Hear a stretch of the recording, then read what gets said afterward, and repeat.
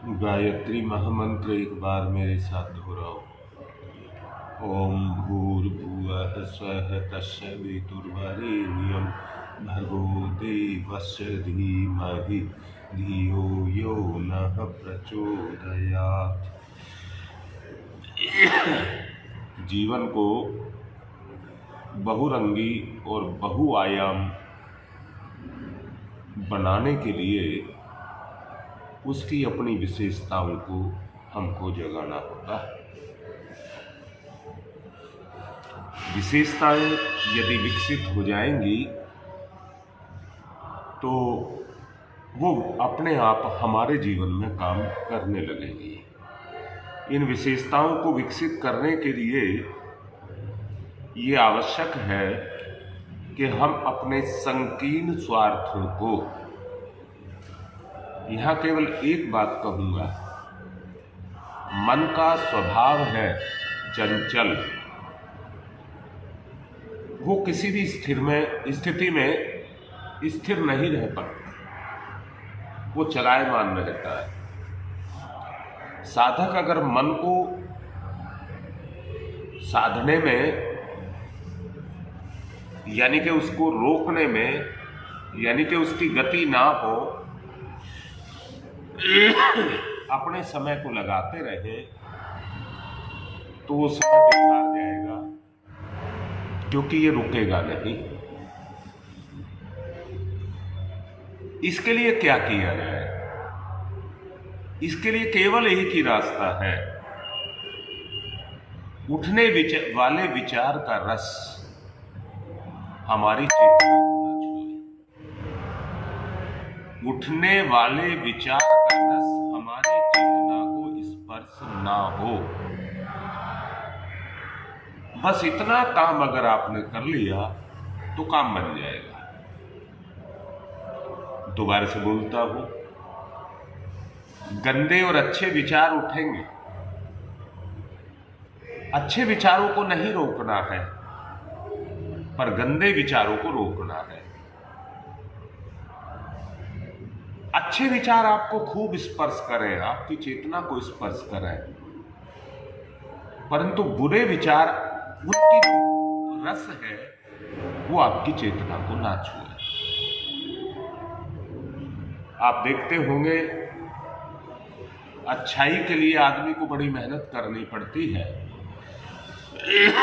पर बुराई व्यक्ति को सहज लग जाती है। इसलिए यहां पर मैं केवल एक ही बात पर जोर देना चाहता हूं कि बुरे विचार आपको छुए ना। जैसे ही पैदा हो, उनको नष्ट करने की ताकत आपके अंदर हो। जो हमारी अंतरंग की कोठरी है, उसके स्वभाव को यदि खोल दिया जाए,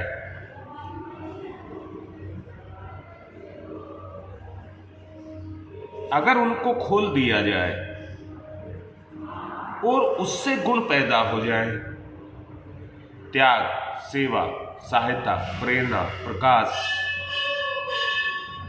करुणा, ये गुण अगर पैदा हो जाए तो दूसरे वाले गुण रुकने लग गए, जो आपका पतन करते हैं। हम इस बात को नहीं समझते हैं और केवल ये समझते हैं, दूजे विचार उठे और हमने उसमें रस ले लिया तो हमारा कुछ नहीं बिगड़ा। नहीं, बुरे विचार आपके समान है, वो हमें अंदर से जलाते हैं और उसकी गर्मी के कारण जो रस पैदा होता है वो हमारे स्वभाव के अंदर उतरता हुआ चला जाता है। हमारे अंदर इंसानियत पैदा हो जाए और इंसानियत की ब्यार हमारी खुशबू को, उस रस की खुशबू को चारों तरफ बखेरना शुरू कर दे। उससे क्या होगा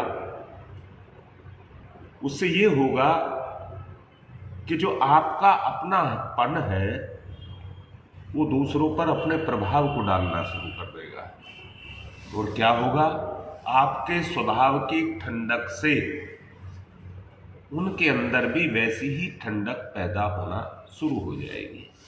जो भी आपसे कहा कि आपके अंदर सत्य आ जाए, अहिंसा आ जाए, करुणा आ जाए, सेवा आ जाए, ये भाव आपके अंदर आ जाए तो बात बनती है, तो बात बनती है। अभी कई दिन पहले साक्षी ने कहा था इसके लिए क्या किया जाए। प्रीति बेटा तो लिखती नहीं है कुछ भी, परंतु समझ ले जो बोलने जा रहा हूं।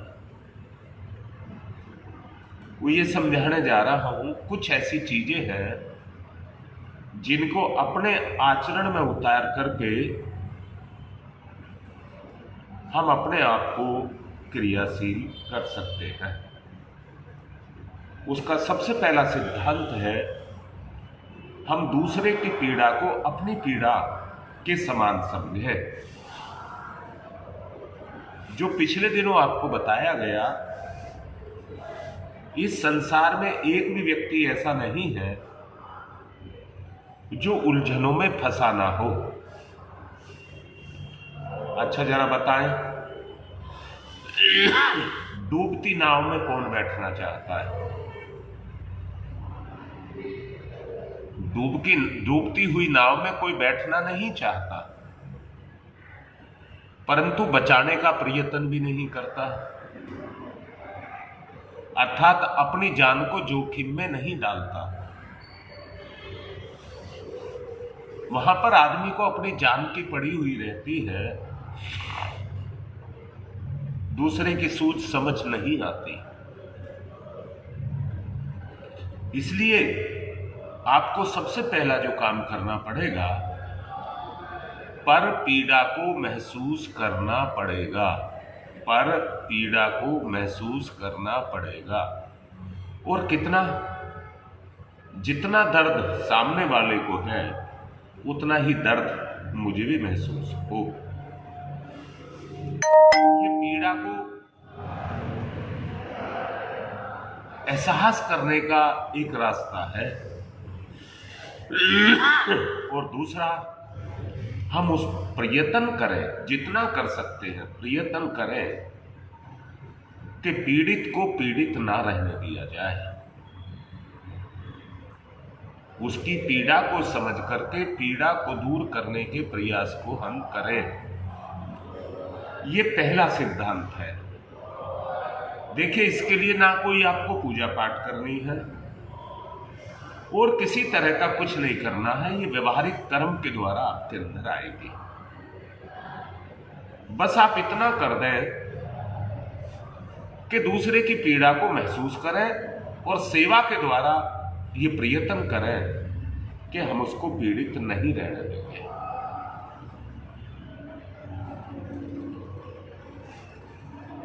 ये इसका एक ऐसा सिद्धांत है जिस पर हम अपने गुणों को जागृत कर सकते हैं। अब मैं ये पूछना चाहूंगा, क्या आप लोगों को मेरी बात समझ आई? अगर इसमें यहां तक कोई संशय है तो आप पूछ लें। और संशय को संशय नहीं रहना चाहिए। मैं फिर से कहूंगा, ये संशय ही है जो आदमी को उलझाती है। अगर व्यक्ति को केवल एक बात समझ आ जाए कि इंसानियत सबके अंदर पैदा है और जब भी किसी को कोई दुख होगा तो जो भी है वो मेरी सहायता के लिए दौड़ेंगे, वो मेरी सहायता के लिए दौड़ेंगे। अर्थात आपका विश्वास, क्योंकि पीड़ित आप हैं, आपका विश्वास ये जग जाए कि मुझे दूसरे की पीड़ा को सहन नहीं करना, उस पीड़ा को दूर करना है। अब सोच करके देखो, समाज में अगर ये इंसानियत पैदा हो गई तो इस इंसानियत का लाभ कितना आपको मिलेगा, जरा अपने आप सोच करके देखिए।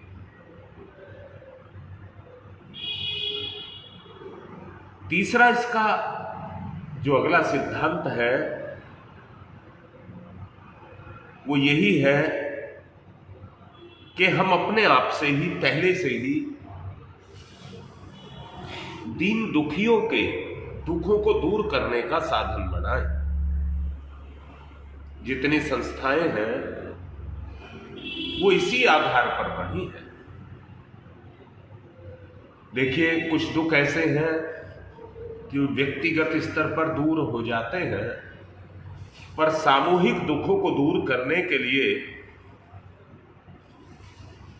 एक बड़े विस्तार की योजना बनाई जाती है, जिसके लिए जितने भी सरकारी और गैर सरकारी कार्यालय चल रहे हैं उनका उद्देश्य यही है कि हम ज्यादा से ज्यादा जनता का कैसे भला कर सकें।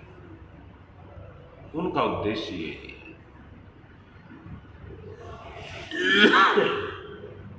उसी के लिए समूहों का निर्माण किया जाता है और समूहों में ये कार्य बड़ी आसानी से हो जाते हैं।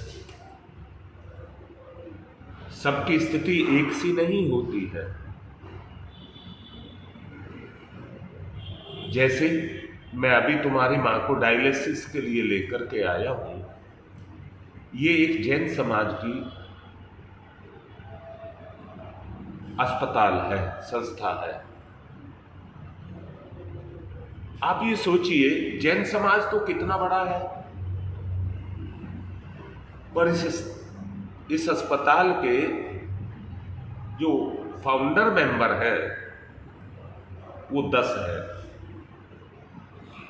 10 ने अपना अपना कंट्रीब्यूशन इकट्ठा करके इसकी नींव को रखा और ये कम पैसे में भी डायलिसिस करके फिर भी रोज खूब पैसा रोज बचा लेता है। दूसरी जगह जितने में होती है उससे आधे में ये करते हैं और उसके बावजूद भी कितना पैसा रोज बचाते हैं। अगर वही काम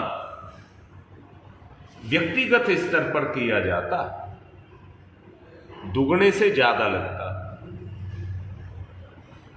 परंतु क्योंकि कोऑपरेटिव है कम से कम में पूरा हो जाता है। ये तो मैंने संस्थागत ऐसी बात कही है। हमारे समाज में भी जैसे हमारा ही अपना परिवार है, इस काम को हमारे ही अपने समर्थ व्यक्ति दूसरों के दर्द दुख उसको मिटाने के लिए अपना सामूहिक एक ऐसा संस्थान खड़ा कर सकते हैं। आवश्यकता है उस पहले समर्पण की। यह मैं फिर से कहूंगा, जो 10 मेंबर इसके हैं उनके द्वारा दिया गया दान उस पीड़ा निवारण के है जिसको आज ये अस्पताल दूर कर रहा है। उनका पैसा जो इसमें लगा है रोज कितने सारे पुण्य करता है, कितने सारे पुण्य रोज करता है, इसको आप अंदर से देख सकते हैं। ये सामूहिक स्तर पर पीड़ा निवारण का साधन है। परंतु यहां मैं एक बात कहूंगा, परिवार रूपी जो संस्थान है वो इस तरह का है जो पीड़ा को पैदा ही ना होने दे। वहां पर हमारा एक दूसरे के साथ जो रिश्ता है वो घनिष्ठ रिश्ता है, पर समाज पर जाते जाते वो रिश्ता विरल हो गया। परंतु मैं उन 10 फाउंडर मेंबर की बात कर रहा हूं जिसने इस पीड़ा निवारण केंद्र का स्थापना की है, मैं उनकी बात कर रहा हूं। सोच करके देखो उनकी क्या मंशा थी, वो क्या चाहते थे, उनकी क्या इच्छा थी। वो सामूहिक इच्छा जब तक इसके अंदर लगी रहेगी, इस कार्य के अंदर लगी रहेगी, तो ये बराबर अपनी प्रगति को करता हुआ चला जाएगा। तो मैं ये कहना चाहता हूं, इस तरह की कुछ योजनाएं कहीं भी किसी भी संस्था में आपको करने के लिए मिले, जिससे जनता जनार्दन का भला हो, तो ये सत्कर्म और सेवा कार्य है। बड़े व्यक्ति, नसीबवान व्यक्ति किसी पीड़ित का अपमान नहीं करते हैं, इसलिए वो बड़े व्यक्ति होते हैं। वो पीड़ा का निवारण करते हैं। हमें भी किसी का तिरस्कार और अपमान नहीं करना चाहिए, और यहां तक किसी पर कटाक्ष भी नहीं खींचना चाहिए, वो भी नहीं करना चाहिए।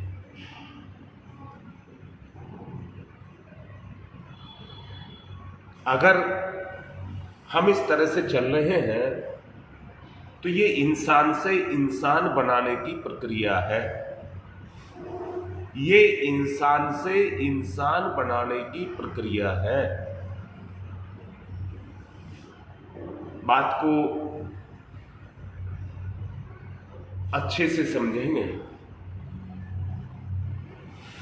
अपने आप सुख उठाकर उस पूंजी को, उस साधन को, उस सुविधा को, हमें जरूरत, आदमी की जरूरत तो हर वक्त है, परंतु क्या हम कभी ये भी देखते हैं कि हमें ये चीज ना मिले तो हमारे गुजारे में कोई दिक्कत तो नहीं है? अगर आदमी अपनी सुख सुविधाओं को किसी को बांट दे, जरूरतमंद को बांट दे, तो समय पर उसकी जरूरत पूरी हो जाएगी। मैं जैसा कल आपको कह भी रहा था,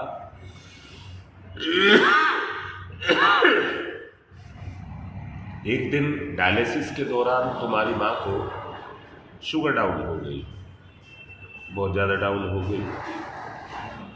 इन्होंने एक पाउच लिखा जो इंजेक्शन के रूप में चढ़ाया जाता है। इंजेक्शन को लाने में कुछ समय 5-10 मिनट लगता, जल्दी करने पर भी। एक पड़ोस में दूसरा डायलिसिस कराने वाला था, उसने कहा अंकल जी मैं दे रहा हूं, आप तुरंत लगवा दो। और यही किया गया, तुरंत लगवा दिया गया, जबकि उस इंजेक्शन की कीमत केवल 20 रुपए थी। बाद में इंजेक्शन ला करके उनको दे दिया गया, उनकी पूर्ति हो गई, परंतु उनकी पूर्ति करने पर भी आवश्यकता में जो वो समय में काम में आया, उसकी कीमत कोई नहीं चुका सकता। उसकी कीमत कोई नहीं चुका सकता।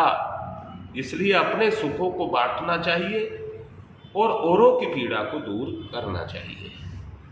ये इसका नियम है। इंसान को, सबको इंसान समझना चाहिए और उसमें इंसानियत को देखना चाहिए। कमी है, ठीक है, परंतु उसे इंसान के तरीके से देखेंगे, गलत तरीके से नहीं देखेंगे। आप देखिए ना, आदमी को रस आता है किसी की बुराई को जानने में, तो वो अपना ही बुरा कर जाता है। इसलिए हमें किसी की बुराई को नहीं देखना चाहिए, इंसानियत का इस्तेमाल करना चाहिए और उस इंसानियत से इंसान को समझना भी चाहिए और उसको इंसानियत को जन्म भी देनी चाहिए कि वो भी हमारे ही प्रवाह में आकर के मिल जाए। ये रास्ता है, छोटी छोटी शक्तियों को अपनी शक्ति के साथ जोड़ा जाए। उससे क्या होगा? जब हम छोटी छोटी शक्तियों को अपने साथ जोड़ रहे हैं तो हम शक्ति संपन्न, शक्तिमान बनेंगे। हमारा अपना एक प्रभाव होगा, उसका एक प्रवाह होगा, जहां पर आकर के बुराई और अच्छाई का मिलन होगा, अच्छाई से बुराई की काट होगी। अंधकार प्रकाश में आकर के अंधकार में मिल जाए तो प्रकाश कायम हो जाता है, अंधकार में हो जाता है। ये हमको करना पड़ेगा। अगला, किसी भी स्थिति में हमें किसी का कोई नुकसान करने का विचार पैदा ही ना हो। किसी का भी नुकसान करने का अपने मन में विचार ही ना आए। अगर ये आप कर रहे हैं तो आपके सोच में, आपके स्वभाव में अपने आप परिवर्तन आना शुरू हो जाएगा। ये मैं आपको कोई पूजा पाठ की बात नहीं कर रहा हूँ या किसी जप की बात नहीं कर रहा हूँ, गुण संवर्धन की बात आपसे कर रहा हूँ, जो प्रैक्टिकल रूप से कर्म के द्वारा ही हो सकता है। अगर बन सके तो कोई एक ऐसा रास्ता चुना जाए, रोज किसी एक का कोई दुख दूर करने का, पीड़ा को दूर करने का अपने आप को उपाय बनाया जाए।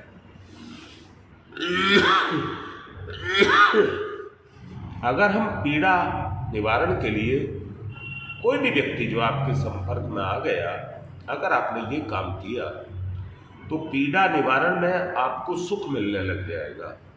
जहां पीड़ा से पीड़ा पैदा होती है, वो याद रखना, पीड़ा तभी पैदा होती है जब व्यक्ति किम कर्तव्य मूढ़ बना रहता है, मैं क्या कर सकता हूं। ये अवस्था लाचारी की अवस्था है, इसे कभी अपने जीवन में पैदा नहीं होने देना चाहिए। इनसे हमें अपने आप को दूर रखना चाहिए। मैं समझता हूं जो प्रैक्टिकल जीवन जीने का आसान से आसान रास्ता समझ आया, वो आपको इसलिए समझाया जा रहा है कि आपके चैतन्य स्वरूप के अंदर ये उतर जाए, आपके चैतन्य स्वरूप में ये उतर जाए, इसलिए आपको ये समझाया जा रहा है। बस एक ही काम है कि हमें इंसानियत की तरफ को चलना है और अपने अंदर उस गुण को पैदा करना है। अब मैं पूछता हूं, सारी जिंदगी पैसे खर्च करके हम प्रसाद चढ़ाते रहे और सारी जिंदगी हम पूजा पाठ में अपने समय को खराब करते रहे, वो ज्यादा श्रेष्ठ है या जो अभी आज समझाया है वो श्रेष्ठ है? आपको निर्णय लेना होगा। यहां पर मैं ये कह रहा हूं, पूजा पाठ जो की जाती है अपनी मानसिक वृत्तियों को स्वच्छ करने के लिए की जाती है, मन को परफेक्ट बनाने के लिए, मन को समर्थ बनाने के लिए वो किया जाता है। जैसे मैं अभी कहूंगा, किसी को पीड़ित देख रहे हैं और मन कह रहा है नहीं, झंझट में नहीं पड़ना, बच करके निकल लो, तो आपको उस पीड़ा को समझना होगा, महसूस करना होगा, जगाना होगा अपने अंदर। अभ्यास से जब वो आपके अंदर जगती चली जाएगी तो आपके स्वभाव को ही बदलती हुई चली जाएगी। व्यवहार की ही प्रमुखता है, व्यवहार की ही प्रमुखता है। अभी मैंने कहा है कि गंदे विचारों को हम रोक नहीं कर सकेंगे, प्रयास कर सकेंगे, परंतु उनका रस आपको अनुभव ना हो कि इसका ये सुख है और वो रस आपको छू जाए, तो फिर कुछ नहीं हो सकता। इसलिए एक प्रयास किया जाए। पहली बात तो गंदे विचारों को जन्म ही ना दिया जाए। अगर वो आ भी जाते हैं तो उसके प्रभाव को अपने प्रभाव में शामिल ना किया जाए।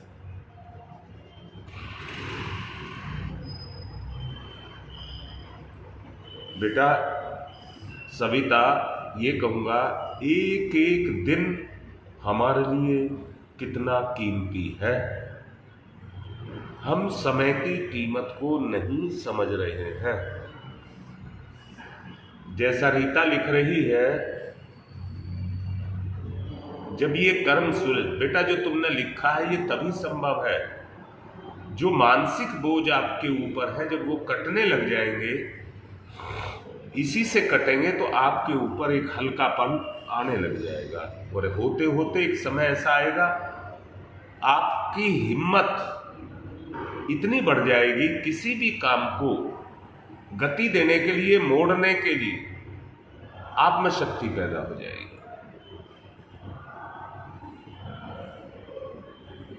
बेटा मेरी तरफ से तो मुझे जो लगता है यही दैवीय गुण है। अगर इन दैवीय गुणों का हम इस्तेमाल करें तो ये निश्चित रूप से मानना उत्तरोत्तर हमारा उत्थान होता हुआ चला जाएगा। करके देखें। मेरे साथ अपने स्वभाव में गायत्री के उस तेज को विकसित करें जो हमें उठाने का काम करें। मेरे साथ दोहराएं। ओम भूर्भुवः स्वः तत्सवितुर्वरेण्यं भर्गो देवस्य धीमहि धियो यो नः प्रचोदयात्। ओम भूर्भुवः स्वः तत्सवितुर्वरेण्यं भर्गो देवस्य धीमहि धियो यो नः प्रचोदयात्। ओम भूर्भुवः स्वः तत्सवितुर्वरेण्यं भर्गो देवस्य धीमहि धियो यो नः प्रचोदयात्। ओम भूर्भुवः स्वः तत्सवितुर्वरेण्यं भर्गो देवस्य धीमहि धियो यो नः प्रचोदयात्। ओम भूर्भुवः स्वः तत्सवितुर्वरेण्यं भर्गो देवस्य धीमहि धियो यो नः प्रचोदयात्। ओम भूर्भुवः स्वः तत्सवितुर्वरेण्यं भर्गो देवस्य धीमहि धियो यो नः प्रचोदयात्। ओम भूर्भुवः स्वः तत्सवितुर्वरेण्यं भर्गो देवस्य धीमहि धियो यो नः प्रचोदयात्। ओम भूर्भुवः स्वः तत्सवितुर्वरेण्यं भर्गो देवस्य धीमहि धियो यो नः प्रचोदयात्। ओम भूर्भुवः स्वः तत्सवितुर्वरेण्यं भर्गो देवस्य धीमहि धियो यो नः प्रचोदयात्। ओम भूर्भुवः स्वः तत्सवितुर्वरेण्यं भर्गो देवस्य धीमहि धियो यो नः प्रचोदयात्। ओम भूर्भुवः स्वः तत्सवितुर्वरेण्यं भर्गो देवस्य धीमहि धियो यो नः प्रचोदयात्। ओम भूर्भुवः स्वः तत्सवितुर्वरेण्यं भर्गो देवस्य धीमहि धियो यो नः प्रचोदयात्। इसी उद्देश्य को ध्यान में रखते हुए सामूहिक जप की प्रक्रिया को शुरू किया गया। मैं ये देखता हूँ कि प्रत्येक प्रज्ञा मंडल के अंदर कितने कितने परिवार हमारे ग्रुप में जुड़े हुए हैं, परंतु दिक्कत यहीं पैदा होती है जो जप तो करते हैं परंतु उसको पीड़ा निवारण में नहीं लगाते। मैं ये पूछता हूँ, आप तय करना, भगवान के यहाँ उसके बैंक में खाता खोलने का कोई तरीका है कि भगवान तू खाता खोल लेना मेरा, मैं इतना जप रोज करता हूँ। दूसरा, इतनी पूजा पाठ करता हूँ। क्या उसके बैंक में इस काम के लिए खाता खुल जाएगा? अब दूसरी बात पूछ रहा हूं, हम इतने आदमियों की सेवा रोज करते हैं, एक से लगाकर जितने भी हो, हम किसी की भलाई के लिए काम करते हैं। आप सोच करके देखिए, इसके खाते भगवान के यहां हैं या नहीं है? सेवा का, आत्मीयता का, अपनेपन का, लगाव का, ये खाते उसके यहां हैं या नहीं है? मैं समझता हूं आप यही कहेंगे, उसके यहां ये खाते हैं। तो जो आपने जब किया वो अपने मन के विचार को शुद्ध करने के लिए किया और करके जोड़ लिया, छोड़ नहीं दिया, जोड़ लिया। रोज का जो आप रोज करते हैं वो जुड़ करके हमारे पास आता रहता है। कभी किसी की दिक्कत होती है तो उसको दे देते हैं, नहीं तो चल रहा है, आपका जुड़ रहा है, आपके लिए है। अब मैं ये निवेदन करूंगा, सभी प्रज्ञामंडलों का स्तर गिरता चला जा रहा है। सबसे ज्यादा बाबा राम का प्रज्ञामंडल गिरा है। उनकी माला पहले से आधी से भी कम है, जबकि परिजनों की कोई कमी नहीं है। बस बात जो कही, हम जब जगेंगे, जब हमारा बिगड़ना शुरू होगा, वो ना किया जाए। तो सारे प्रज्ञामंडल अपनी अपनी इस गतिशीलता को जागृत करें, उठाएं। अगर ये हर्ष के साथ ये कार्य चलता रहेगा, संगठन का कार्य चलता रहेगा, तो फिर इसमें कोई भी चीज, पुण्य के लिए कोई भी चीज इसमें जोड़ी जा सकती है। भलाई का कोई भी काम जोड़ा जा सकता है, और जिसका उद्देश्य केवल एक ही हो, समाज का नैतिक उत्थान, हम जोड़ सकते हैं। तो मैं यही निवेदन कर रहा हूं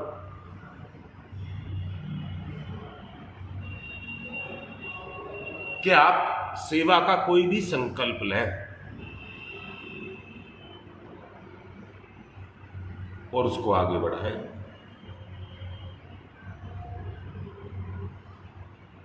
ओम तम सोमा ज्योतिर्गमय,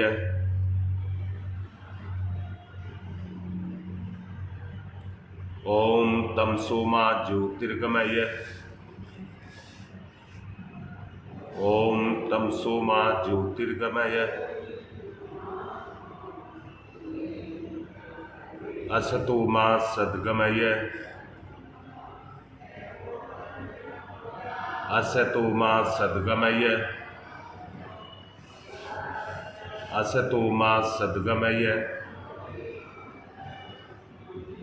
मृत्योर्मामृतं गमय, मृत्योर्मामृतं गमय,